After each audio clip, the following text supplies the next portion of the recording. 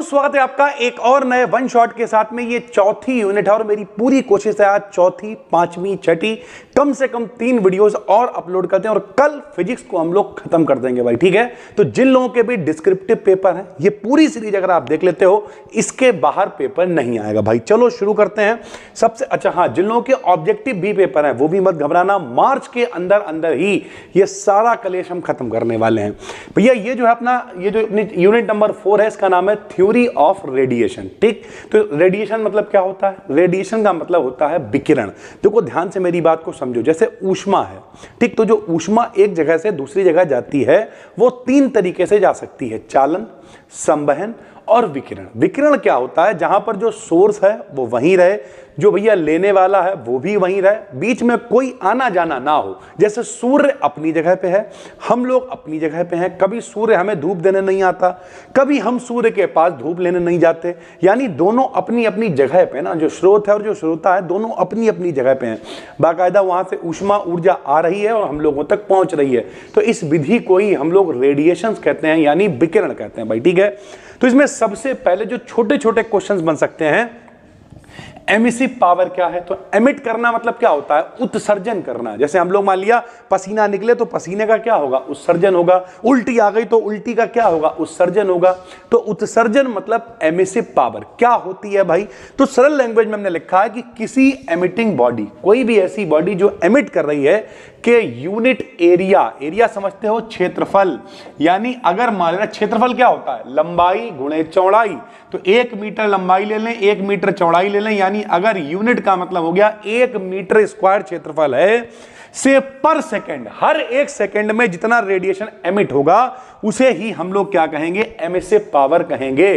कि भैया कैसे इतना, कैसे तो नापोगे ना, तो यूनिट हमने एरिया ले लिया, यानी यूनिट क्षेत्रफल में 1 सेकेंड में जितने रेडिएशंस निकलेंगे, जितनी ऊर्जा निकलेगी, जितनी ऊष्मा निकलेगी, उसे ही हम लोग क्या कह देंगे? एमिसिव पावर कह देंगे भाई। ठीक है, इसे ई से लिखेंगे, इसका मात्रक भी पता होना चाहिए, जूल प्रति मीटर स्क्वायर सेकेंड या फिर वॉट मीटर स्क्वायर होता है भाई। ठीक, जूल मीटर स्क्वायर प्रति सेकंड कह दो, या फिर हम लोग कह सकते हैं जूल प्रति सेकंड को क्या वॉट कह देते हैं, तो वॉट मीटर स्क्वायर भी होता है भैया। ठीक है, अब जरा समझिए एब्जॉर्प्टिव पावर क्या होती है। देखो, एमिटिव का मतलब होता है निकालना और एब्जॉर्प्टिव का मतलब होता है अवशोषित करना, ग्रहण करना। तो यहां पर भी सेम खेल है, बस यहां पर लिखने का तरीका थोड़ा सा अलग है। देखो भैया क्या होती है एब्जॉर्प्टिव पावर?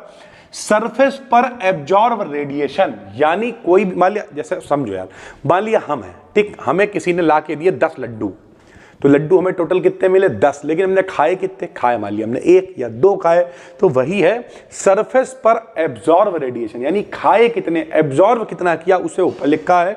और सेम टाइम में सरफेस पर इंसिडेंट होने वाला, पड़ने वाला, इंसिडेंटल का मतलब इंसिडेंटल, टोटल रेडिएशन का मतलब पड़ने वाला कुल रेडिएशन, यानी टोटल लड्डू मिले कितने? 10, उसमें से खाए कितने? 2, तो जो एब्जॉर्ब कर लिए, जो खा लिए, उसे ऊपर लिखेंगे और दोनों भैया जो टोटल है उसे नीचे लिखेंगे, और इनके रेशियो को हम लोग कहते हैं एब्जॉर्प्शन पावर या एब्जॉर्प्टिव पावर मेरे भाई। ठीक है, तो यहां पे लिखा हुआ है किसी स्पेशल वेवलेंथ के लिए किसी स्पेशल टेम्परेचर की एब्जॉर्प्टिव पावर क्या होती है? तो पर यूनिट टाइम में, पर यूनिट एरिया में एब्जॉर्ब रेडिएशन, जितना रेडिएशन एब्जॉर्ब किया, और यूनिट टाइम में, यूनिट वेवलेंथ के लिए बॉडी के समान एरिया पर इंसिडेंट टोटल रेडिएशन, यानी जो एब्जॉर्ब किया वो, जो टोटल रेडिएशन वो, उनके रेशियो को हम लोग कहते हैं एब्जॉर्प्टिव पावर।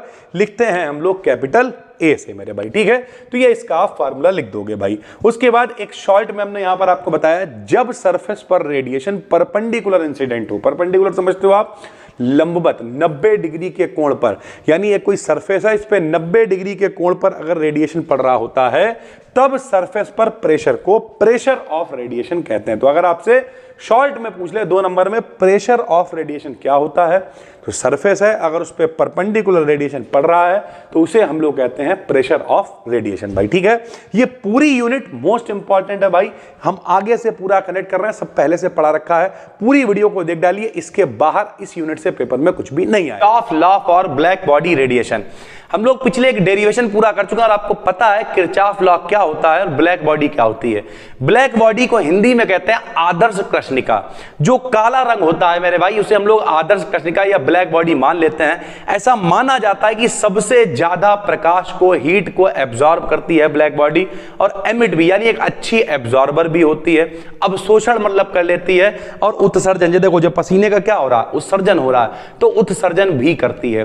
तो इन्होंने क्या कहा किरचॉफ ने कि जितनी भी बॉडी है, जितनी भी, उनकी अगर हम अवशोषण क्षमता को देखें, उत्सर्जन क्षमता को देखें और उनका अनुपात निकालें, तो वो जो अनुपात होगा मेरे भाई वो ब्लैक बॉडी की उत्सर्जन क्षमता के बराबर होगा। बस इतना ही है। अगर हम डायरेक्ट नीचे पहुंच जाएं इस पीडीएफ में तो देखिए क्या लिखा हुआ, ई लैम्डा बटे ए लैम्डा बराबर ई लैम्डा।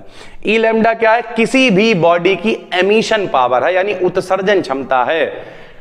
ए लैम्डा क्या, किसी भी बॉडी की एब्जॉर्प्शन पावर यानी अवशोषण क्षमता है। और ये वाला ई लैम्डा क्या है मेरे भाई, ये है बड़ा है मेरे भाई, ब्लैक बॉडी है, जो ब्लैक बॉडी है उसकी एमिशन पावर है। बस इतना ही लॉ है कि दोनों का किसी बॉडी के लिए उत्सर्जन और अवशोषण क्षमता का अनुपात किसी ब्लैक बॉडी की उत्सर्जन क्षमता के बराबर होता है मेरे भाई। ठीक है, चलिए सर, तो बताते हैं आपको क्या, सभी बॉडीज के लिए एक सर्टेन टेम्परेचर पर सर्टेन वेवलेंथ के लिए एमिशन पावर यानी ई लैम्डा, एब्जॉर्प्शन पावर यानी ए लैम्डा का रेशियो सेम होता है और उसी टेम्परेचर पर ब्लैक बॉडी की एमिशन पावर के बराबर होता है। बात समझ में आई। हमने मान लिया, माना कोई एक बॉडी है, आइसोथर्मल सरफेस के अंदर स्थित है। आइसोथर्मल क्या होता है आपको पता होना चाहिए, समतापी होता है, जिसका टेम्परेचर चेंज नहीं हो रहा है। ऐसा कोई सरफेस है जिसका टेम्परेचर चेंज नहीं हो रहा, उसके अंदर बॉडी रखी हुई है। ठीक है, माना लैम्डा से लैम्डा प्लस डी लैम्डा के बीच वेवलेंथ की D Q energy unit area पर इंसिडेंट करती है, यानी कितनी एनर्जी है, डी क्यू एनर्जी, एरिया कितना है जो भी है, ए बी सी जो भी एरिया, उस पे आके एनर्जी गिर रही है यानी एब्जॉर्ब हो रही है। तो क्या होगा मेरे भाई, हमने दोनों देखो, टोटल एनर्जी अपने पास कितनी है, डी क्यू है, टोटल एनर्जी कितनी है, डी क्यू टोटल एनर्जी, उसमें से कितनी एब्जॉर्ब हो गई, by chance 1 minus A lambda absorb हो गई, तो हमने लिखा 1 minus A lambda D Q plus emission वाली कितनी लिख दी, ई लैम्डा डी लैम्डा, यानी जितनी उसने एमिट की है, जितनी उसके पास एनर्जी है जो वो एमिट करेगा, एब्जॉर्ब करेगा, वो जब टोटल जितनी एनर्जी है वो कितनी है, डी क्यू है। तो हमने दोनों को लिख दिया मेरे भाई। ठीक है, इसकी मल्टीप्लाई करेंगे, ई लैम्डा बचेगा, यहां पर आएगा डी क्यू से डी क्यू कैंसिल हो जाएगा, माइनस का ए लैम्डा डी क्यू चला जाएगा उधर, ये उधर भेज दिया, ए लैम्डा को नीचे ले आएंगे, ई लैम्डा बटे में ए लैम्डा बराबर D Q upon D lambda आ जाएगा, और ये जो है ये बराबर D Q upon D lambda मेरे भाई बराबर होता है ई लैम्डा के। तो यहां पे हम लिख देंगे, यदि बॉडी ब्लैक बॉडी है तो ई लैम्डा डी लैम्डा बराबर हो जाता है डी क्यू के, तो D Q upon D lambda क्या बराबर हो जाएगा, ई लैम्डा के, यानी ये जो D Q upon D lambda है इसकी जगह पे हम लोग क्या रख सकते हैं, ई लैम्डा रख सकते हैं। तो इधर ई अपॉन ए चल रहा है मेरे भाई, बराबर में ई चल रहा है, और यही किरचॉफ का लॉ है मेरे भाई। ब्लैक बॉडी रेडिएशन, ये बहुत इंपॉर्टेंट है मेरे भाई। ब्लैक बॉडी का मतलब क्या होता है मेरे भाई, काली बॉडी, काली सतह, काली सरफेस है। ठीक है, जैसे ये टी शर्ट हम पहने हुए हैं, कैसी है, काली है। इस समय गर्मी में हमें बहुत गर्मी लगेगी, क्यों लगेगी भाई, क्योंकि काली टी शर्ट है, और जो काला रंग होता है वो हीट को बहुत तेजी से एब्जॉर्ब करता है और बहुत तेजी से एमिट भी करता है। जो काला कलर है वो हीट का एक गुड एब्जॉर्बर होता है, एक गुड एमिटर होता है, उत्सर्जक भी होता है, अवशोषक भी होता है भाई। इस बात को कहा किरचॉफ ने, और ऐसी बॉडी को कहा गया ब्लैक बॉडी। क्या कहा गया भाई, ब्लैक बॉडी। हिंदी में हम लोग इसे कहा करते थे आदर्श कृष्णिका। क्या कहते थे, आदर्श कृष्णिका। मेरे भाई कृष्णिका का मतलब कृष्ण यानी काला रंग से है सर। ठीक है सर, शुरू करते हैं। सबसे पहले आपको समझना पड़ेगा क्या होता है ब्लैक बॉडी रेडिएशन। जब लाइट एनर्जी फोटोन, यानी जो लाइट की एनर्जी यानी जो प्रकाश की ऊर्जा है, उसे हम लोग कहेंगे फोटोन। ये बात किसने कही थी, प्लांक ने कही थी कि जो प्रकाश होता है वो छोटे छोटे पैकेटों या बंडलों के रूप में चलता है, जिसे हम लोग फोटोन या क्वांटा कहते हैं मेरे भाई। ठीक है, तो जब लाइट एनर्जी फोटोन या हीट किसी सब्सटेंस की सरफेस पर पड़ती है, यानी जब लाइट एनर्जी फोटोन जो है कोई भी सब्सटेंस हो उसकी सरफेस पर पड़ती है, तो लो टेम्परेचर पर यह सब्सटेंस इंसिडेंटल रेडिएशन को एक फ्रैक्शन ऑफ एब्जॉर्ब करती है और कुछ भाग को मेरे भाई रिफ्लेक्ट कर देती है। ध्यान से समझिए, अगर टेम्परेचर बहुत कम है और किसी सरफेस पर फोटोन पड़ा है, प्रकाश की ऊर्जा पड़ी हुई है, तो कुछ भाग को वो एब्जॉर्ब कर लेगी, बाकी टकरा के वापस चली जाएगी सर। ठीक है, उसके आगे पढ़ते हैं, किसी सब्सटेंस के लो टेम्परेचर पर रेडिएशन को एब्जॉर्ब करने की जो क्षमता होती है, यानी जितना ज्यादा वो एब्जॉर्ब कर लेगा, उसे कहते हैं एब्जॉर्प्शन पावर। क्या कहते हैं? एब्जॉर्प्शन पावर कहते हैं, या फिर एब्जॉर्बिटिविटी कहते हैं। क्या कहते हैं? एब्जॉर्बिटिविटी कहते हैं। इसे लिखते हैं हम लोग ए से, कैपिटल ए से हम लोग इसे डिनोट करते हैं सर, ठीक है। यही, अब आगे सुनिए, यही सब्सटेंस हाई टेम्परेचर पर अपने द्वारा लो टेम्परेचर पर एब्जॉर्ब किए गए रेडिएशंस को एमिट कर देता है। यानी जब टेम्परेचर कम था तो इसने एनर्जी को क्या किया? एब्जॉर्ब किया, सोख लिया, अपनी गौवा भाषा में कहें तो सर, ठीक है। जब टेम्परेचर ज्यादा हुआ तो इसने क्या किया? उन्हीं जो एनर्जी थी, रेडिएशंस था, उन्हें क्या किया? निकाल दिया, एमिट कर दिया, उत्सर्जित कर दिया मेरे भाई। किसी सब्सटेंस के रेडिएशन जो एमिट करने की पावर होती है उसे कहते हैं एमिशन पावर। क्या कहते हैं मेरे भाई? एमिशन पावर कहते हैं। इसे कहाँ से लिखते हैं? ई से लिखते हैं मेरे भाई, ठीक है। तो अब किरचॉफ ने क्या कहा? किरचॉफ ने कहा किसी सब्सटेंस की एमिटिविटी, यानी कितना ज्यादा वो उत्सर्जित कर रहा है, निकाल रहा है रेडिएशन, और एब्जॉर्बिटी, एब्जॉर्बिटी का मतलब कितना ज्यादा वो एब्जॉर्ब कर रहा है रेडिएशंस को, का रेशियो हमेशा कांस्टेंट होता है, ठीक है। क्या होगा? कांस्टेंट। तो एमिशन पावर को ई से लिख दिया, एब्जॉर्प्शन पावर को ए से लिख दिया, दोनों का रेशियो क्या कर दिया मेरे भाई? कांस्टेंट कर दिया। कांस्टेंट मतलब क्या हो गया? नियतांक होता है, ठीक है सर। ये बात किसने कह दी? किरचॉफ ने। क्वेश्चन नंबर क्या बना ली? ए। तो ये नॉर्मल बात हो गई कि अगर टेम्परेचर लो है, अगर टेम्परेचर लो है, बोला करो साथ में भाई, अगर टेम्परेचर लो है तो क्या करेगी? कोई बॉडी उस पर रेडिएशंस पड़ेंगी, वो उसे एब्जॉर्ब कर लेगी। जब उसका टेम्परेचर ज़्यादा होगा तो वो उन्हें एमिट कर देगी। एब्जॉर्ब करने की क्षमता को एब्जॉर्बिटिविटी या एब्जॉर्प्शन पावर कहेंगे, एमिट करने की क्षमता को एमिटिविटी या एमिशन पावर कहेंगे। दोनों का रेशियो एक कांस्टेंट होगा, ये बात कह दी किरचॉफ ने, ठीक। अब हम बात करते हैं ब्लैक बॉडी के बारे में। यह ब्लैक बॉडी अपनी सरफेस पर पड़ने वाले लगभग सभी रेडिएशंस को एब्जॉर्ब कर लेती है। यहां देखिए सर, ब्लैक बॉडी की खासियत क्या? हमने क्या कहा? ब्लैक बॉडी ज्यादा से ज्यादा प्रकाश, कह सकते हैं 100%, इसके ऊपर जितने रेडिएशंस पड़ेंगे उन सबको ये एब्जॉर्ब कर लेगी। नॉर्मल बॉडी क्या करेगी? कुछ को एब्जॉर्ब करेगी, कुछ को टकरा के वापस भेज देगी, लेकिन ये नहीं करेगी। ये क्या कहेगी? आए रहो, आए रहो, आए रहो। यह ब्लैक बॉडी अपनी सरफेस पर पड़ने वाले लगभग सभी रेडिएशंस को एब्जॉर्ब कर लेती है, अतः इसकी एब्जॉर्बिटी लगभग 100% होती है। तो इसकी एब्जॉर्बिटी कितनी होती है मेरे भाई? 100% होती है अकॉर्डिंग टू किरचॉफ। किरचॉफ के अकॉर्डिंग फिर वही बात है मेरे भाई, EB अपान AB बराबर constant. Sir ji E upon A तो कांस्टेंट था, समझ में आया। एमिशन पावर बटे एब्जॉर्प्शन पावर बराबर कांस्टेंट होता, समझ में आया। लेकिन सर जी ये B क्या उठा लाए भैया? B माने होता है ब्लैक बॉडी। B माने क्या होता है? Black body. तो एनर्जी ऑफ ब्लैक बॉडी यानी emission power of black body बटे में absorption power of black body भी क्या हो जाएगा मेरे भाई? एक कांस्टेंट आ जाएगा, ठीक है। पहली और दूसरी इक्वेशन है। पहली इक्वेशन नॉर्मल के लिए क्या है? E अपान A कांस्टेंट है। दूसरी इक्वेशन ब्लैक बॉडी के लिए क्या? EB अपान AB कांस्टेंट है मेरे भाई, ठीक है। AB का मान कितना होगा? 1 होगा। सर जी क्यों होगा? क्योंकि AB क्या है? ब्लैक बॉडी की अवशोषण क्षमता।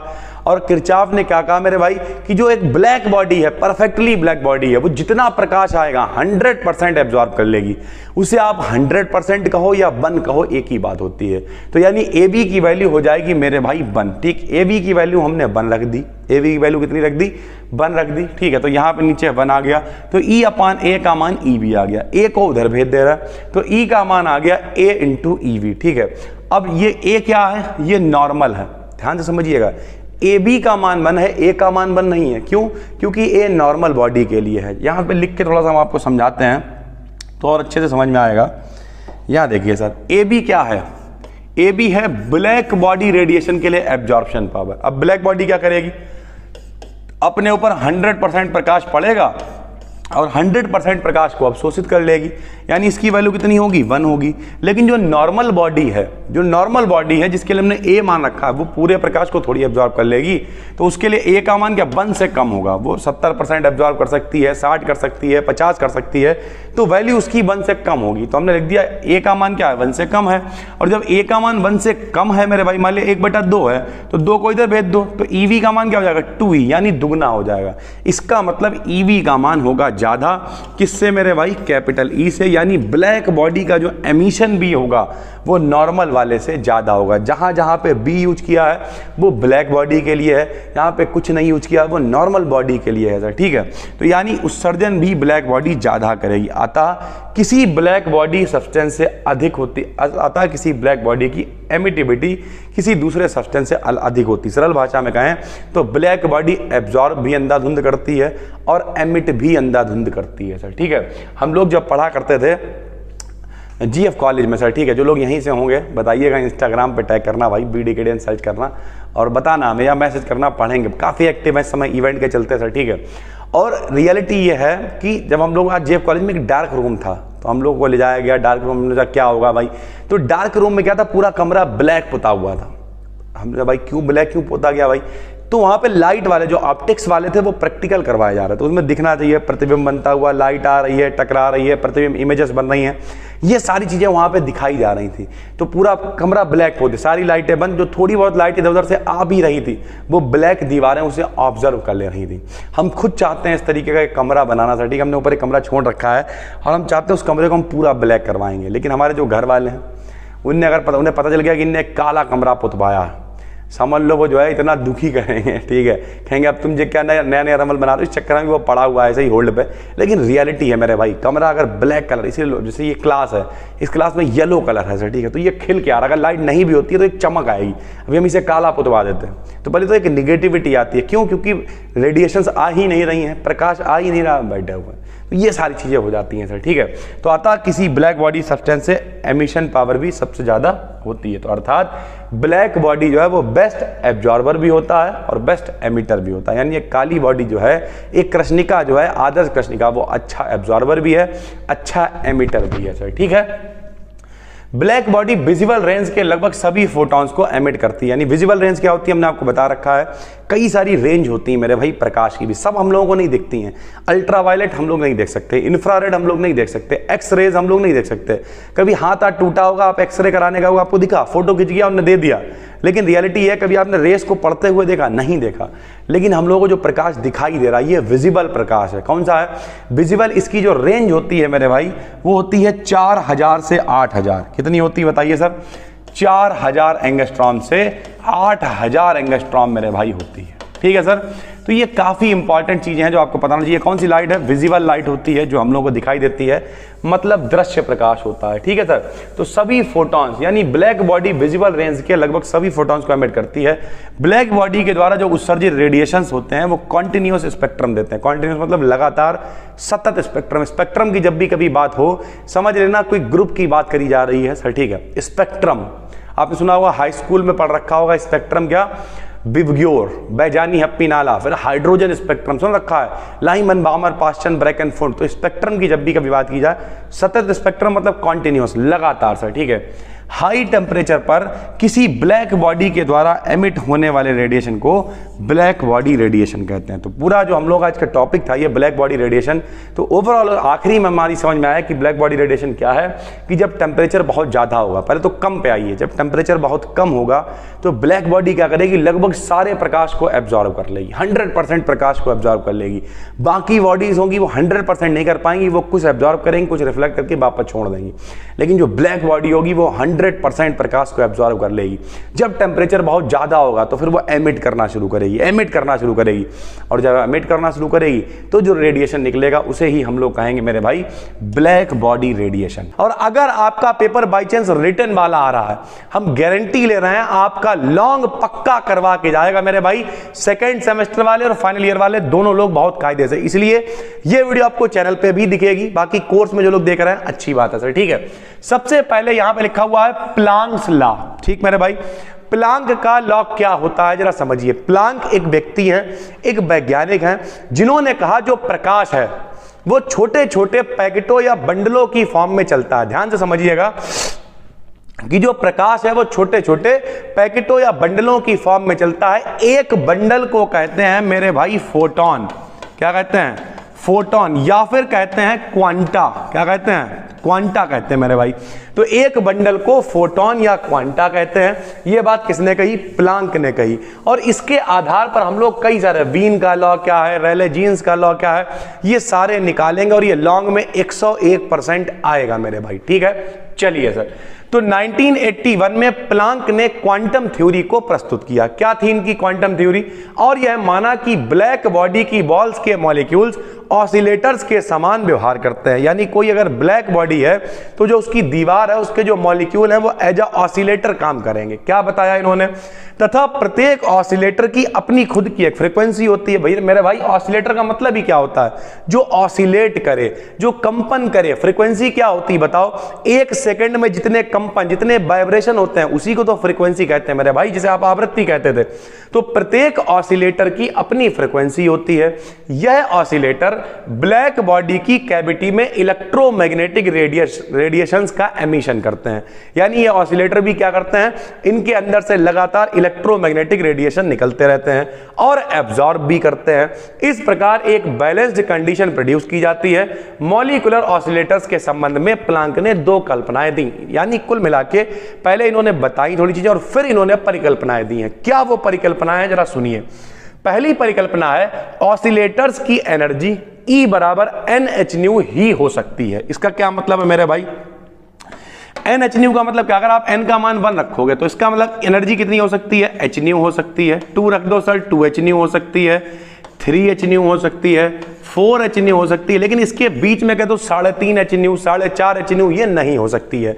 तो प्लांक का पहला स्टेटमेंट क्या है बताइए, बिल्कुल आराम आराम चलेंगे, कोई जल्दीबाजी नहीं है। प्लांक का पहला स्टेटमेंट है कि जो एनर्जी है वो कितनी हो सकती है, Nhν। 1 2 3 4 5 ऐसे होगी, 1.5 2.5 पौवा ऐसा नहीं होगी सर, ठीक है। ये रही इक्वेशन पहली, E बराबर hν। अभी आगे अपने काम में आएगी। जहां पे बताओ न्यू क्या है मेरे भाई, फ्रीक्वेंसी है, लिख दिया। H प्लांक्स कांस्टेंट है, पता ही है, लिख दिया। E एनर्जी है और n को आप क्वांटम नंबर कह सकते हो या फिर कितने नंबर हैं, इंटीग्रल मल्टीपल कह सकते हो सर, ठीक है। ये तो पहला पॉइंट है। दूसरा पॉइंट क्या, देख लो मेरे भाई ध्यान से। पहला पॉइंट क्या है कि जो एनर्जी है वो hν के मल्टीपल में होगी, 1hν, 2hν, 3hν, 4hν ऐसे होगी सर, ठीक है। दूसरा पॉइंट है ऑसिलेटर्स एनर्जी का एमिशन और एब्जॉर्प्शन छोटे छोटे पैकेट्स के रूप में करते हैं, ठीक है। अभी जो हम आपको बता रहे थे, इन पैकेट्स को क्वांटा या फोटॉन कहते हैं और प्रत्येक फोटॉन में hν एनर्जी होती है। यानी 2 इन्होंने स्टेटमेंट दे दिए कि पहला जो मल्टीपल रहेगा वो Nhν की फॉर्म में रहेगा और दूसरा जो छोटे छोटे जो लाइट है, ठीक है, या फिर जो एमिशन हो रहा है, यहाँ पे एनर्जी, यहाँ पे हम लोग बात कर रहे हैं एनर्जी की, तो जो ऑसिलेटर्स की एनर्जी का एमिशन हो रहा है या एब्जॉर्प्शन हो रहा है वो भी छोटे छोटे पैकेट या बंडल की फॉर्म में होगा और उसे हम लोग कहेंगे फोटॉन या फिर क्वांटा। और एक क्वांटा की एनर्जी कितनी रहेगी मेरे भाई, hν रहेगी सर, ठीक है। मैक्सवेल बोल्ट्जमैन फार्मूला में किसी ऑसिलेटर की एनर्जी hν होने की प्रोबेबिलिटी इतनी होती है। तो 2 व्यक्ति हैं, एक का नाम है मैक्सवेल, एक का नाम है बोल्ट्जमैन। बहुत आराम से समझना, हम भी कोशिश करेंगे आराम आराम समझाने की। इन्होंने फार्मूला दिया कि अगर hν होना है ऑसिलेटर की फ्रीक्वेंसी तो उसके लिए प्रोबेबिलिटी इतनी होती है। सर जी प्रोबेबिलिटी क्या होता है, प्रोबेबिलिटी का मतलब प्रायिकता, कि अगर हम सिक्का उछाल रहे हैं तो हेड आने की प्रायिकता क्या, 1/2 है। आ भी सकता, आधी है, मतलब आ भी सकता है और टेल भी आ सकता है, भाई सीधी बात है। तो प्रायिकता इतनी होती है। माना ब्लैक बॉडी की कैविटी में मतलब उसके अंदर कितने बताओ, N0, N1, N2, Nr उन ऑसिलेटर्स का नंबर है जिनकी एनर्जी कितनी है, 0 है, hν है, 2hν है, क्योंकि वो कह चुके हैं क्या होगा बताओ, hν के ही गुणे में होगा, 1hν, 2hν, 3hν इस तरीके से होगा। तो हमने मान लिया कि जो ब्लैक बॉडी है उसमें जो नंबर है ऑसिलेटर्स के वो क्या है, N0, N1, N2, Nr इस तरीके के नंबर मान लिए।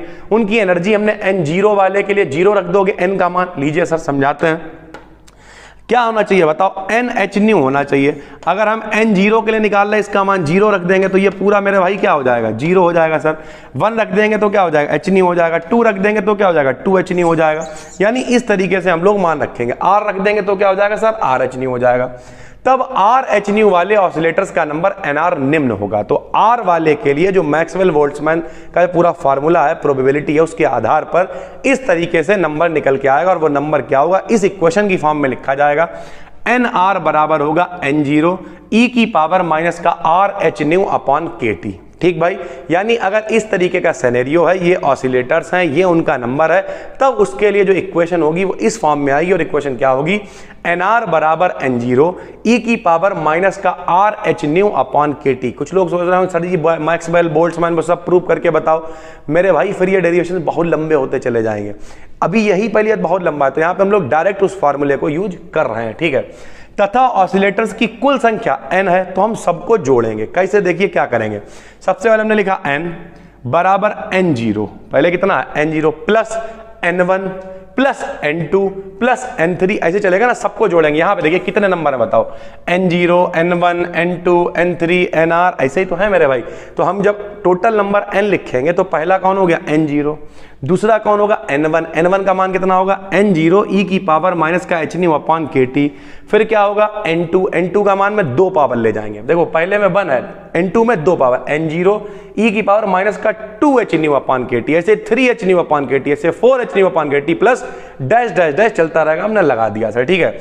हर जगह से N0 कॉमन होगा मेरे भाई, N0 कॉमन ले लिया, यहां पे क्या बचेगा 1 बचेगा, यहां पे e की पावर माइनस का hν अपॉन kT बचेगा, यहां पे ऐसे 2 बचेगा, 3 बचेगा, ऐसे चलता रहेगा। फार्मूला होता है अगर चल रहा है 1 plus x square plus dash dash dash, तो उसे सीरीज को हम लोग लिख सकते हैं 1/1 माइनस एक्स। तो हमने क्या किया, देखो 1 प्लस एक्स का स्क्वायर, देखो 2 पावर है, ऐसे चल रहा है, तो इसे हम लिख सकते हैं 1/1 माइनस एक्स। N0 ऐसे लिख लिया, 1 लिखा बटे में 1 लिखा, माइनस में x की जगह पे क्या आएगा, जो ये चल रहा है, ये देखो सर यही तो चल रहा है यार, हम यही तो कह रहे हैं कि अगर इस तरीके की सीरीज है 1 प्लस इसे x मान लो, फिर ये 2 पावर तो x स्क्वायर मान लो, तो ये x है अपना, तो इसकी जगह पे लिख दिया 1/1 माइनस x, इक्वेशन बना ली 2। पहली इक्वेशन थी Nhν, दूसरी इक्वेशन मेरे भाई ये बन गई, ठीक। अब क्या करेंगे, ऑसिलेटर की टोटल एनर्जी निकालेंगे। एनर्जी निकालने का तरीका क्या होता है, लो भैया एनर्जी कैसे निकालोगे, कह रहा एक फोटोन की एनर्जी hν होती है, और अगर उसमें n नंबर ऑफ फोटोन हो तो उसकी एनर्जी कितनी हो जाएगी, nhν हो जाएगी, यही तो था। तो अगर हम टोटल निकालें तो पहले के लिए N0 × hν, अब N0 वाले में कुछ होगा ही नहीं, 0, तो ये 0 हो जाएगा। दूसरे वाले के लिए N1 × hν 1 होगा, दूसरे वाले में फिर अगले वाले में N2 × hν, N2 है तो 2hν, N3 है तो 3hν, ऐसे ही Nr है तो Rhν। सबकी एनर्जी निकालने के लिए हमने नंबर से मल्टीप्लाई कर दी, ठीक। N0 वाला 0 जब तो पूरा पोर्शन 0 हो जाएगा। यहां पर जब N1 का मान रखोगे तो N1 बराबर क्या आएगा, N0 e की पावर माइनस का hν अपॉन kT। यहां पर N1 N2 जब सबके मान हम लोग रखेंगे तो हर जगह से कॉमन निकल आएगा N0, hν तो कॉमन है ही, e की पावर माइनस का hν अपॉन kT। चला देख लो यहाँ पे बिल्कुल भी कंफ्यूज ना हो ना मेरे भाई, अपनी कॉपी में तो आप लिखोगे ही N1 का मान कितना रखेंगे हम लोग, N1 का मान रखेंगे N0 e की पावर माइनस का hν अपॉन kT। साथ में कितना चल रहा भाई, hν चल रहा, तो यही पूरा देखो यहाँ पे कॉमन आ गया, तो यहाँ पर क्या बचेगा 1 बचेगा, ये तो 0 हो गया उसे तो भूल जाओ, ये कितना बचा 1 बचा, यहाँ पे 2 पावर थी तो 2 बचा प्लस 1 पावर बच गई। इस तरीके से चीजें चलती रहेंगी। जब यहाँ पे 2 था तो 1 पावर बची है, जब 3 होगा तो 2 पावर बचेगी, ऐसे ही जब R था तो इसकी पावर कितनी बचेगी, R-1 बचेगी, ठीक है। 1 पावर कम बचेगी क्योंकि 1 पावर हम लोगों ने बाहर कॉमन निकाल ली है, तो 1 पावर इस तरीके से कम बचेगी मेरे भाई, ठीक है। अब क्या होता है, अगर कहीं भी ऐसी सीरीज चल रही है 1 + 2x plus 3x square dash dash dash, तो इसे लिख सकते हैं 1/1 माइनस एक्स स्क्वायर। तो देखो इसी तरीके की सीरीज बन गई है 1 + 2x, इस तरीके से पूरी सीरीज चल रही, तो इसे हम लिख सकते हैं, ये बाहर जो लिखा है लिखा रहने देंगे, इसे लिख सकते हैं 1/1 माइनस एक्स का स्क्वायर, ठीक मेरे भाई। हमने यहां पर मान लिख दिया और समीकरण बना ली 3। अब क्या करेंगे, समीकरण की 3 को हम n से डिवाइड करेंगे। जब इक्वेशन 3 को आप n से डिवाइड करोगे तो अभी तक इधर e चल रहा था, लेकिन जब e को हम n से डिवाइड कर देंगे, पदों का योग बटे पदों की संख्या, n नंबर है, जब हम नंबर से डिवाइड कर देंगे तो वो एवरेज एनर्जी बन जाएगी, तो इधर आ जाएगी एवरेज, इसे ऐसे ब्रैकेट के अंदर लिखेंगे, ये कहलाएगी एवरेज एनर्जी। और इधर भी हम डिवाइड करेंगे काहे से, n से, तो जब इधर n से डिवाइड करेंगे तो hν ऐसे ही है, e की पावर माइनस का hν अपॉन kT सब ऐसे ही है मेरे भाई। बस डिवाइड करेंगे, जब डिवाइड करेंगे तो यहां पे क्या होगा, देखिए थोड़ा सा समझाते हैं हम आपको, यहां देखिए इस तरीके से, वरना आप कंफ्यूज हो जाओगे। यहाँ n से डिवाइड करेंगे, यहाँ भी n से डिवाइड, और n का मान कितना होगा बताओ, N0, और क्या e की पावर माइनस का hν अपॉन kT, ये इसका मान है, यही तो मान है ना सर। तो N0 से N0 क्या हो जाएगा, कैंसिल, ये भी क्या हो जाएगा कैंसिल, तो ये पावर अपने पास बच जाएगी, बाकी सारे मान लगभग खत्म हो जाएंगे सर, ठीक। तो ये देखिए केवल ये अपने पास बचा हुआ है और एक पावर अपने पास बची हुई है। N0 का मान कहाँ, अगर आपको नहीं पता है लीजिए सर, ये लिखा हुआ देखो, N0 का मान हम लोगों ने अभी निकाला है, कहाँ है कहाँ है कहाँ है कहाँ है मेरे भाई, ये देखिए यहीं कहीं पे होगा N0, n बराबर N0 सर, ठीक है, n बराबर N0, ये देखिए सर ये चल रहा है N0 प्लस N0 e की पावर, यहां से हमने N0 कॉमन ले रखा है, तो n बराबर N0 e की पावर माइनस का hν अपॉन kT होता है सर, ठीक है। तो इस तरीके से आप यहाँ पे मान रखोगे, मान रखने के बाद अपने पास सिर्फ क्या बचेगा, hν ई की पावर माइनस का H nu upon K T और बटे में सिर्फ एक पावर बचेगी। अब इसे जब हम नीचे लेके आएंगे, इसे नीचे लाएंगे तो ये इसके नीचे आएगी, इसके नीचे आएगी तो जो ऊपर जाके प्लस पावर हो जाएगी, और इसके नीचे आएगी तो ये कैंसिल हो जाएगा, यानी यहाँ पे 1 बचेगा। ठीक है मेरे भाई, कोई दिक्कत नहीं है, बिल्कुल आराम आराम चलो। सबसे पहले ये स्टेप था, इस स्टेप को हमने n से भाग दिया, यहाँ n से भाग दोगे तो ये एवरेज एनर्जी बन जाएगी, यहाँ n से भाग दोगे तो n की वैल्यू रखी जाएगी, n0 e की power minus H nu upon K T, इस तरीके की चीजें रख के जो कैंसिल होना होगा कैंसिल होगा और बचेगा अपने पास ये सर। ठीक है, जब ये बचेगा तब देखो क्या कर रहा है यहाँ पर, तो इसे हम ले आएंगे नीचे, नीचे लाएंगे ऊपर जाके प्लस होगा और ये हो जाएगा कैंसिल। ठीक है, यह प्लांक ऑसिलेटर के लिए एवरेज एनर्जी का फार्मूला कहलाएगा। क्या कहलाएगा? एवरेज एनर्जी का मेरे भाई फार्मूला ये कहलाएगा प्लांक ऑसिलेटर के लिए। फ्रीक्वेंसी रेंज न्यू से न्यू प्लस डी न्यू के बीच की रेडिएशन एनर्जी की डेंसिटी को हम लोग ऑसिलेटर की एवरेज एनर्जी के फॉर्म में लिख सकते हैं। कैसे लिखेंगे?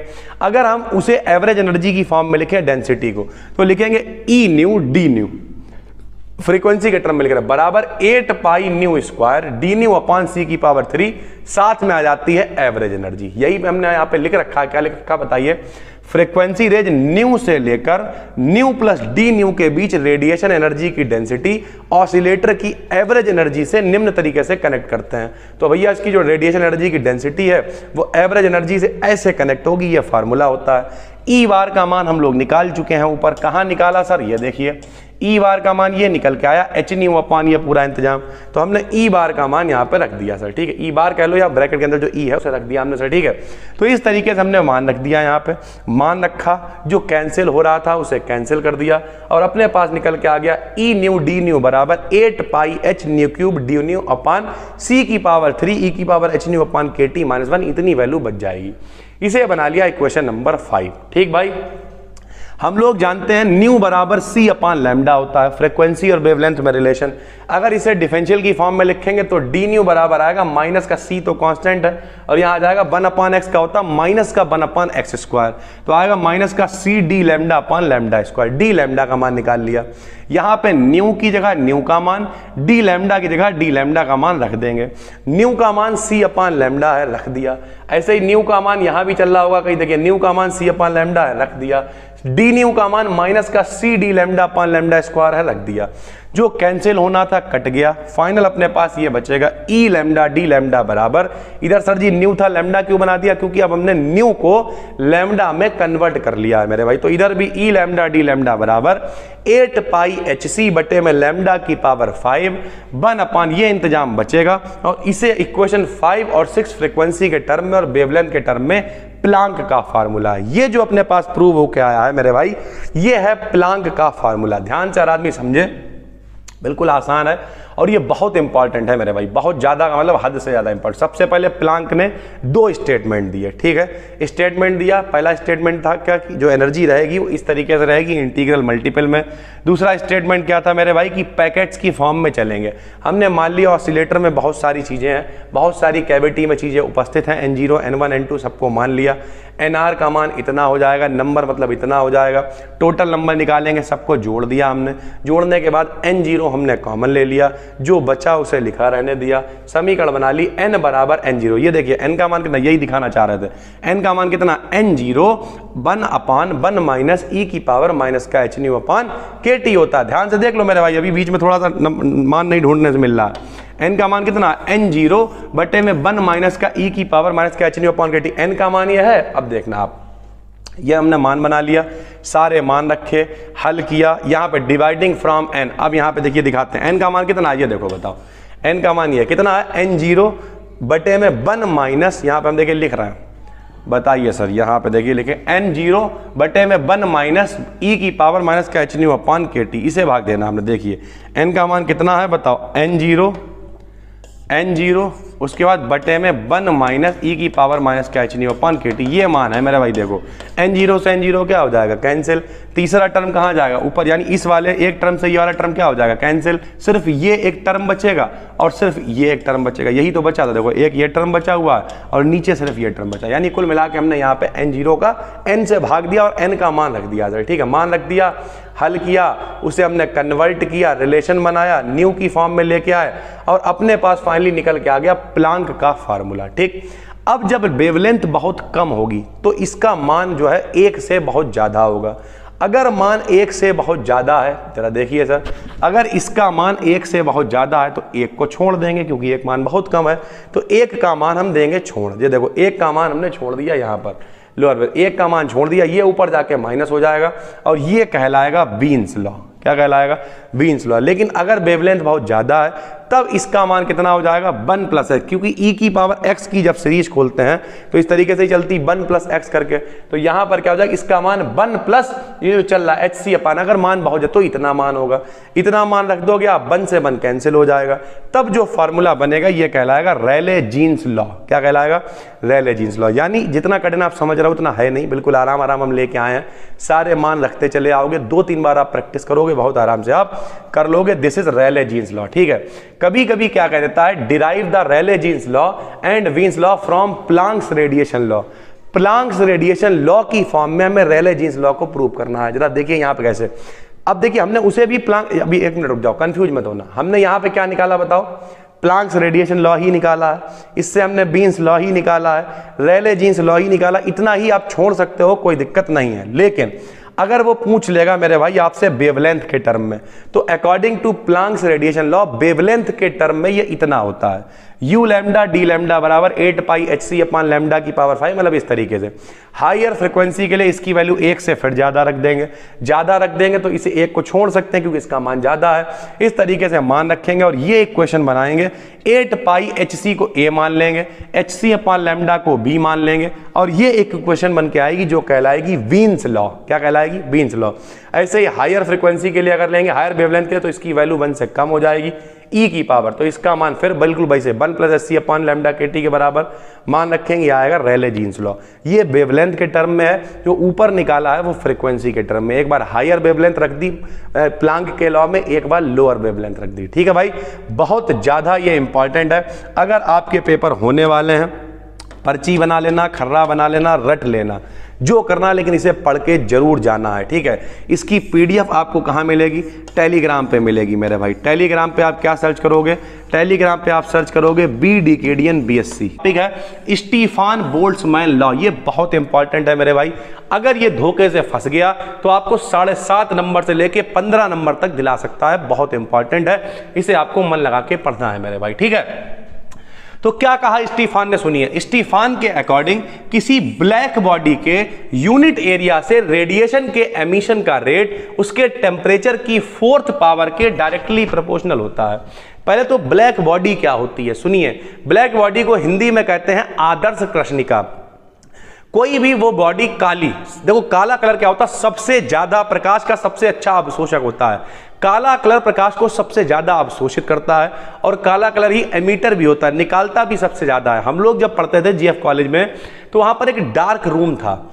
डार्क रूम क्या होता था मेरे भाई? उसमें सब दीवारें वगैरह काला पेंट कर रखी थी। जो लोग हम लोग प्रैक्टिकल करते थे, लाइट वाले, ऑप्टिक्स वाले, वो वहीं पे किया करते थे। प्रतिबिंब वगैरह बनता हुआ दिखाई देता था, सारी चीजें। तो वो काला पेंट क्यों कर रखा था? ताकि जो अगर थोड़ी बहुत रोशनी पहुंच भी रही हो तो वो काला कलर उसे एब्जॉर्ब कर ले, उसे सोख ले, गौवा भाषा में कहे तो सर। ठीक है, उसे एब्जॉर्ब कर ले और उसके बाद आसानी से चीजें हो पाए और लाइट वगैरह वहां पे ज्यादा ना रहे, प्रतिबिंब वगैरह बन पाए। तो ब्लैक बॉडी क्या करती है?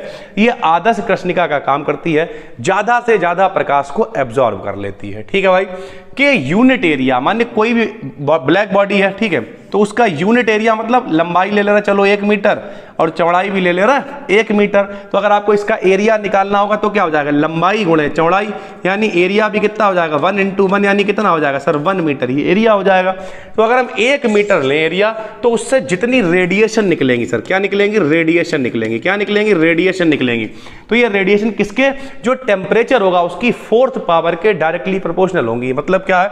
अगर हम कह दें ये है रेडिएशन की एनर्जी सर, ठीक है, ई, तो ये किसके डायरेक्टली प्रोपोर्शनल होगी? टेम्परेचर की 4th पावर के डायरेक्टली प्रोपोर्शनल होगी। आपने 12th में ये पढ़ रखा है कि भैया जो रेडिएशन निकल रही है उनका जो एमिशन का रेट है, यानी एमिशन की दर है, वो टेम्परेचर की 4 पावर के डायरेक्टली प्रोपोर्शनल होगा। ठीक, जब कभी भी डायरेक्टली प्रोपोर्शनल हटाते हैं, एक कांस्टेंट लगाते हैं मेरे भाई। इन्होंने कांस्टेंट क्या लगाया? सिग्मा लगाया। क्या लगाया? सिग्मा कांस्टेंट लगाया। सिग्मा को कहा गया स्टीफान्स कांस्टेंट। क्या कहा गया? Stefan constant. तो देखिए बिल्कुल आसान है।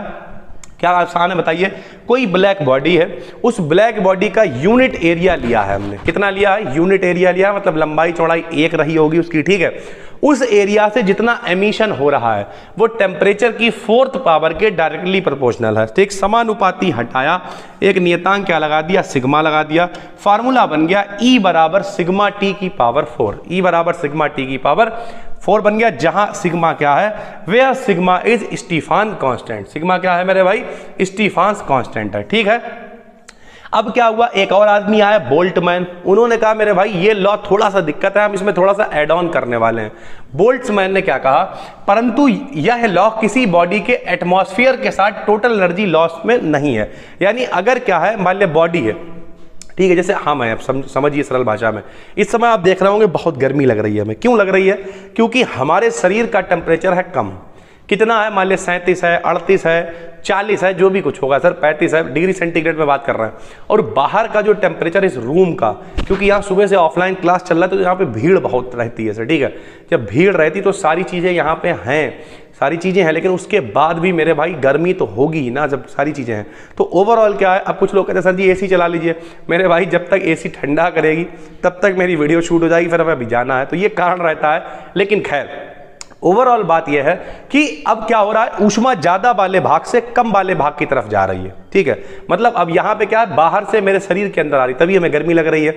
अभी क्या होता, बाहर का मौसम बहुत ठंडा होता तो हमसे ऊष्मा बाहर जाती और हमें ठंड लगने लगती, यानी जो एनर्जी का लॉस हो रहा है उसे एक्सप्लेन नहीं कर पा रहा। तो क्या किया इन्होंने, इसके लिए बोल्ट्जमैन ने एक लॉ दिया जिसे स्टीफान बोल्ट्जमैन लॉ कहते हैं। यानी स्टीफान ने नॉर्मल बात करी, लेकिन स्टीफान बोल्ट्जमैन ने क्या किया, बोल्ट्जमैन ने क्या किया, थोड़ा सा ऐड ऑन कर दिया कि अगर भैया टेम्परेचर के साथ में एनर्जी का लॉस हो रहा है, ज्यादा वाले भाग से कम वाले भाग में जा रही है, तब इन्होंने क्या किया, हम समझाते हैं कैसे। तो जरा देखिए, इन्होंने कहा टेम्परेचर T1 के मतलब केल्विन है। मान लिया कि एक ब्लैक बॉडी है, कोई एक बॉडी है, उसका टेम्परेचर कितना है, T1 केल्विन है, ठीक है भैया। जब T2 केल्विन टेम्परेचर के एटमॉस्फेयर में रखते हैं, एटमॉस्फेयर का मतलब क्या होता है, वातावरण। मान लिया यार मेरा टेम्परेचर 10 है, 20 है, 30 है, हम हैं बाहर वाले टेम्परेचर में जिसका टेम्परेचर 40-42 है, तो यानी मेरा टेम्परेचर T1 हो गया, बाहर का टेम्परेचर T2 हो गया। हालांकि हम ब्लैक बॉडी नहीं है, हम एग्जाम्पल दे रहे हैं, वरना हम तो देखो कितने स्मार्ट है, कितने गोरे हैं, कभी घमंड नहीं करा हमने, वो एक अलग बात है। एटमॉस्फेयर में रखते हैं तो बॉडी के प्रति एकांक एरिया से जो रेडिएशन का रेट है वो E1 बराबर सिग्मा टी की पावर 4 और एब्जॉर्प्शन का जो रेट है वो सिग्मा T2 की पावर 4 होगा। इन्होंने क्या कह दिया, उन्होंने सिर्फ कहा था कि जो रेट है नॉर्मल रेडिएशन के निकलने का जो रेट है वो टी की पावर 4 होगा। लेकिन इन्होंने क्या कहा, इन्होंने कहा जो एमिशन का रेट है आप कह रहे हो सिग्मा टी की पावर 4 होगा, ठीक है, लेकिन एब्जॉर्प्शन का जो रेट होगा वो कितना होगा, सिग्मा T2 की पावर 4 हो जाएगा। क्यों हो जाएगा भाई, क्योंकि दो यहां पे चीजें हो गई ना, एक तो बॉडी हो गई यानी ब्लैक बॉडी हो गई और एक एटमॉस्फेयर हो गया। तो ब्लैक बॉडी का टेम्परेचर कितना है, T1 है, तो उसके लिए एमिशन क्या हो जाएगा, E1 बराबर सिग्मा T1 की पावर 4। और जो बाहर का एटमॉस्फेयर है उसका टेम्परेचर कितना है, T2 है, तो उसका एमिशन हो जाएगा E2 बराबर सिग्मा T2 की पावर 4। ठीक है भाई, ये किसने कहा, बोल्ट्जमैन ने कहा। तो इन्होंने एमिशन बताया था केवल स्टीफान ने, लेकिन बोल्ट्जमैन ने क्या किया, एब्जॉर्प्शन की भी बात कर दी। ठीक है भाई, अतः एक ब्लैक बॉडी के यूनिट एरिया से रेडिएशन एनर्जी का लॉस निम्न होता है। कितना लॉस हुआ जरा समझो, ध्यान से समझना। इन्होंने कहा एमिशन हुआ इतना, एब्जॉर्प्शन हुआ इतना। एमिशन कितना हुआ बताओ, इन्होंने कहा एमिशन हुआ, सर थोड़ा सा पेन नीचे गिर गया है, कोई दिक्कत नहीं है, ऐसे ही बना देते हैं। एमिशन कितना हुआ, E बराबर सिग्मा T1 की पावर 4, इतना एमिशन हुआ, इतना मेरा खर्चा हुआ। ठीक है भाई, और एब्जॉर्प्शन कितना हुआ, एब्जॉर्प्शन हुआ E बराबर E2 मान लो या E मान लो सिग्मा T2 की पावर 4। सर ठीक है, अब देखिए यहाँ पे एमिशन मतलब खर्च हो गया इतना, मिल कितना आ गया, इतना मिला है मेरे भाई। तो अब क्या कह रहे हैं, ये कह रहे हैं तो टोटल कितना चेंज रहेगा। यार मेरे पास 10 रुपए थे, हमने 10 रुपए खर्च कर दिए और बदले में हमें 7 रुपए मिल गए, तो नेट चेंज क्या है, नेट चेंज है 3 रुपए, यानी अभी भी मेरे पास जो है वो 3 रुपए हैं।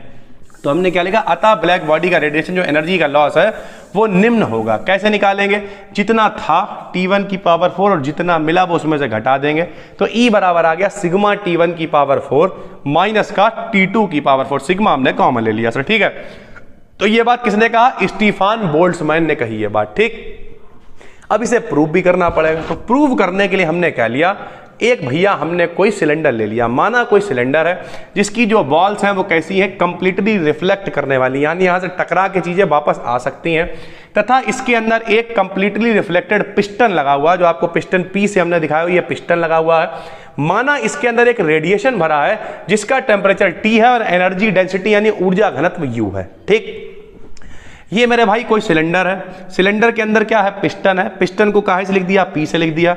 इसके अंदर क्या भरा हुआ है, रेडिएशन है, दीवारें कैसी हैं, रिफ्लेक्शन वाली, यानी रेडिएशन टकरा सकता है, टकरा के इधर उधर जा सकता है। टेम्परेचर कितना है, T है। ऊर्जा घनत्व यानी एनर्जी डेंसिटी कितनी है, U है मेरे भाई। ठीक है, ये पिस्टन इन्होंने ले लिया। फिर इन्होंने क्या किया, यदि सिलेंडर का वॉल्यूम V हो, सिलेंडर का वॉल्यूम कितना हो, V हो, तो रेडिएशन की जो टोटल इंटरनल एनर्जी होगी वो U बराबर स्मॉल u इंटू V होगी, क्योंकि ऊर्जा घनत्व का फॉर्मूला ही यही होता है मेरे भाई।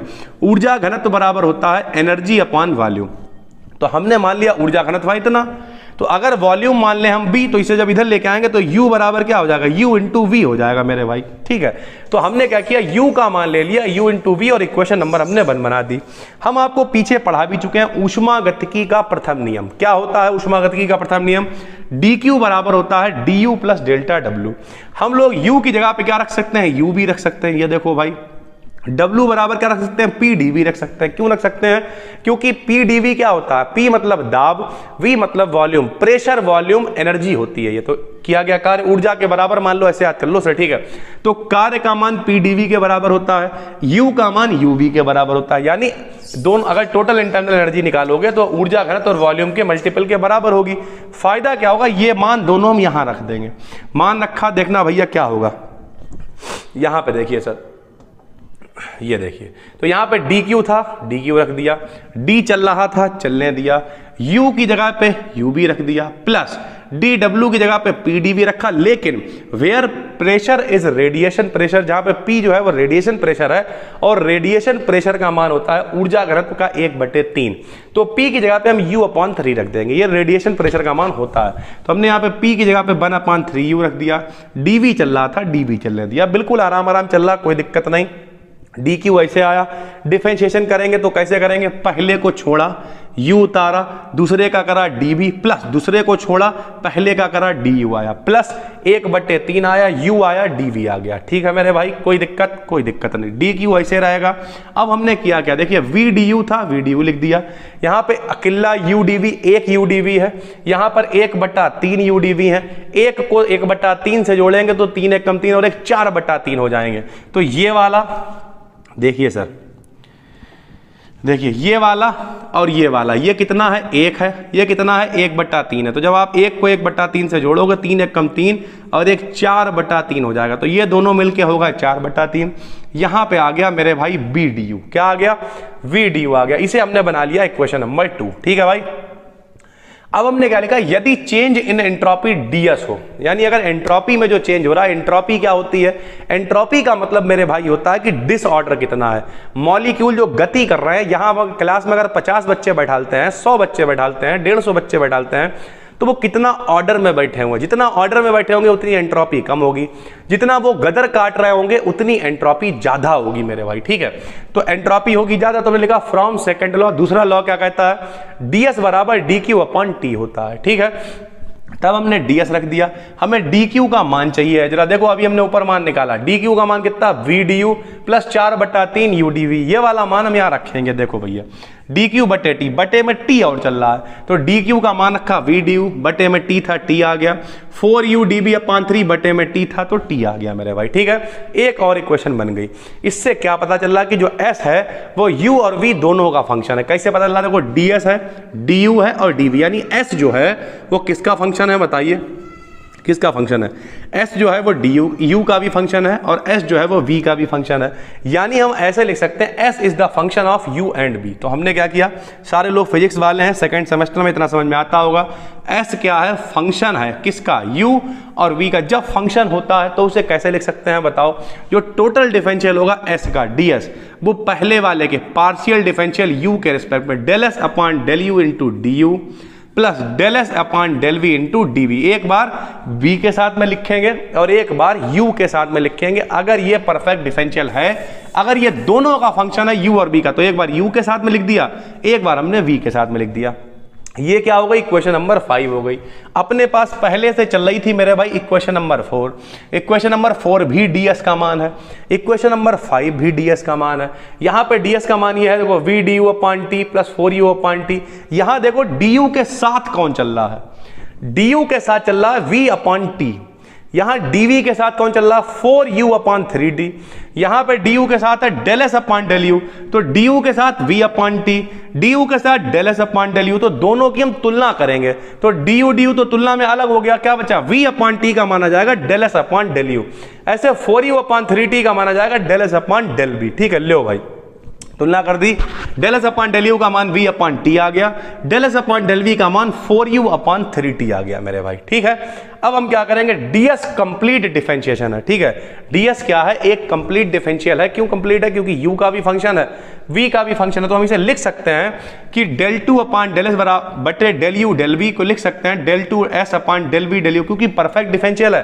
तो चाहे इधर लिखो चाहे उधर लिखो, उससे कोई फर्क नहीं पड़ता। तो हमने किया क्या, डेल अपॉन डेल यू लिख दिया, इसे लिख दिया del S upon del v, ऐसे डेल v अलग कर दिया, del S upon del U लिख दिया। इनके मान अपने पास पहले से हैं, मान रख दिया भाई। इसका मान है 4u अपॉन 3t रख दिया, इसका मान है v अपॉन t मान रख दिया मेरे भाई। ठीक है, अब क्या करेंगे, चूंकि t केवल u का फंक्शन है, t केवल किसका फंक्शन है, u का फंक्शन है, तो अतः क्या करेंगे, देखो 4/3 निकाल लिया मेरे भाई। t किसका फंक्शन है, u का फंक्शन है, तो मेरे भाई यहां पे लिख दिया हमने 1 अपॉन t। ठीक, माइनस का निशान लगाया, 4/3 आया, u को रोक लिया और t के रिस्पेक्ट में 1 अपॉन t का डिफरेंशिएशन हो जाएगा 1 अपॉन टी स्क्वायर माइनस का। ठीक है, अरे ऐसे समझो यार, लो दिखाते हैं। यहां पे दो फंक्शन है, ऐसे समझ लो, एक तो u है और गुणे में 1 अपॉन टी है, ये जो t लिखा 1 अपॉन टी, तो ये हो गया फर्स्ट फंक्शन, ये हो गया सेकंड फंक्शन। कैसे करते हैं डिफरेंशिएशन, पहले का करते हैं दूसरे को छोड़ते हैं, दूसरे का करते हैं तो पहले को छोड़ते हैं, ऐसे तो करते हैं ना। तो भैया 1 अपॉन टी, देखो 4/3 तो नियतांक है, बाहर लिख लिया, 1 अपॉन टी लिख लिया, u का कितना हो जाएगा, 1 हो जाएगा। 1 लिखो या ना लिखो कोई मतलब नहीं है। माइनस क्यों लगाया, क्योंकि 1 अपॉन टी का डिफरेंशिएशन कितना होगा, माइनस का 1 अपॉन टी स्क्वायर होता है, तो माइनस प्लस माइनस क्या हो जाएगा, माइनस हो जाएगा। 4/3 नियतांक है, आ जाएगा, u को छोड़ा, 1 अपॉन टी का क्या हो जाएगा, टी स्क्वायर। ठीक है, और दोबारा से t का करेंगे, क्यों, क्योंकि सिर्फ u का फंक्शन है, तो del T upon del U और आ जाएगा। बराबर में क्या आएगा, देखो del v upon del v, 1 upon T बाहर आ जाएगा, del v upon del v सरल भाषा में तो कैंसिल हो गया, या सिंगल है तो आराम से हट जाएगा, सर v का 1 हो जाएगा। तो इस तरीके से हमने किया क्या, हमने इसे सॉल्व कर दिया। First function del upon del T of second function plus second function del upon del T of first function, हमने इसका क्या किया, डिफरेंशिएशन कर दिया। और उधर वाले में भी हमने यही किया, इसे सॉल्व कर लिया हमने। जब हमने सॉल्व किया तो यहां चल रहा था 4/3, 4/3 1 अपॉन टी, उधर चल रहा था अकेला 1 अपॉन टी। 1 अपॉन टी को इधर ले आएंगे, 4/3 में से 1 घटा देंगे, बचेगा 1/3 1 अपॉन टी। ये माइनस वाले को उधर ले गए, 4/3 आया, u अपॉन टी स्क्वायर जैसे चल रहा था वैसे ही नॉर्मल चलने दिया। ठीक भाई, 3 से 3 कैंसिल हो जाएगा, एक t से एक t कैंसिल हो जाएगा, तो बचेगा क्या मेरे भाई, ये बचेगा, देखो ये बचा डेल यू अपॉन यू बराबर 4 डेल टी अपॉन टी, सिर्फ ये बचा और कुछ भी नहीं बचा। इसका इंटीग्रेशन कर देंगे, इंटीग्रेशन करेंगे 1 अपॉन एक्स का लॉग एक्स होता है, 1 अपॉन एक्स का क्या होता है भाई बताइए, लॉग एक्स होता है। तो यहां पे 1 अपॉन यू का लॉग यू हो गया, 4 नियतांक है, 1 अपॉन टी का लॉग टी हो गया, प्लस एक इंटीग्रेशन कांस्टेंट हमेशा हम लोग लगाते हैं, उसे आप सी लिखो, लॉग ए लिखो, कुछ भी लिखो, तो हमने लिख दिया लॉग ए। ठीक है, अब हम लोग करेंगे क्या, यहां देखिए सर, जब भी कभी ऐसे चल रहा होता है n log m, तो हम n को ऊपर पावर में ले जा सकते हैं। तो यहां पे चल रहा है 4 log t, तो हम 4 log t को लिख सकते हैं log t की पावर 4, 4 को हम लोग ऊपर ले जा सकते हैं, प्लस में चल रहा है log a, और log m गुणे log n, log m plus log n बराबर होता है, दोनों में गुणा हो जाती है। तो इन दोनों की जगह हम लोग लिख सकते हैं log m की जगह पे क्या है, t की पावर 4 है, गुणे में n की जगह पे क्या है मेरे भाई a है। ठीक है, तो log t की पावर 4 आ गया, गुणे में मेरे भाई a आ गया। अब हमने क्या किया, फाइनल स्टेप अपने पास आ चुका है, log से log हम लोग हटा देंगे, इधर सिर्फ u बचेगा, इधर a t की पावर 4 बचेगा। ठीक है भाई, ये हो गई क्वेश्चन नंबर 8। हमने लिखा यूनिट एरिया से टोटल रेडिएशन एनर्जी के एमिशन का रेट एनर्जी डेंसिटी में निम्न संबंध होता है। क्या संबंध होता है, E बराबर होता है 1/4 UC। E बराबर 1/4 UC होता है। E ऐसे रखा, 1/4 रखा, U रखा, और C का मान हमने ऐसे ही रखा है, लेकिन हमने U का मान तो निकाल रखा है ना। जरा देखो यहाँ पे U का मान क्या है, कहाँ पे है? U का मान है AT⁴। यहाँ पे U दोबारा से लिख गया है सर, तो थोड़ा सा आप ध्यान रखिएगा। यहाँ पे देखिए, इसे सही कर देते हैं हम लोग। ये देखिए U तो 1/4 ऐसे रहेगा, यहाँ पे क्या आ जाएगा C, और U की जगह पे क्या आ जाएगा AT⁴। जब AT⁴ आ गया तो हमने क्या किया, E ऐसे लिखा, T⁴ लिखा रहने दिया, और A/4 को हमने बना दिया सिग्मा। क्या बना दिया? A/4 को सिग्मा बना दिया। C भी है तो C को भी सिग्मा बना दिया, तो हमने लिख दिया यही स्टीफान्स लॉ है, जहां सिग्मा का मान कितना होगा, UAC होगा। ठीक है, C तो चल ही रहा है, U नहीं होगा सर। ठीक है, ये U एक्स्ट्रा लिखा हुआ है, इसे देखिएगा सर, क्योंकि U की जगह पे तो हमने मान रखा AT⁴। बिल्कुल भी कंफ्यूज नहीं होना मेरे भाई। अब आखिरी में आके यहाँ देखो, U का मान कितना, AT⁴ है। ठीक है भाई, AT⁴ है। तो यहाँ पे देखो अपनी रिलेशन क्या होता है बताओ, रिलेशन होता है E बराबर 1/UC। ठीक है, तो U की जगह पे हम लोग क्या रखेंगे, 1/4 ऐसे रखेंगे। U की जगह पे क्या रख देंगे बताओ, U की जगह पे रख देंगे AT⁴, और संग में चल रहा है C। ठीक है, E बराबर हो जाएगा सिग्मा T⁴। क्यों? T⁴ जैसे है वैसे ही रहने देंगे। ठीक है भाई, उसके बाद क्या करेंगे, जो बचा A बचा, C बचा, बटे में 4 बचा, तो लिख दिया जहां सिग्मा का मान AC/4 होगा। कितना होगा? AC/4। U जो एक्स्ट्रा आ गया था उसे आप काट दीजिएगा। इसे क्या कहते हैं, सिग्मा को स्टीफान कांस्टेंट कहते हैं।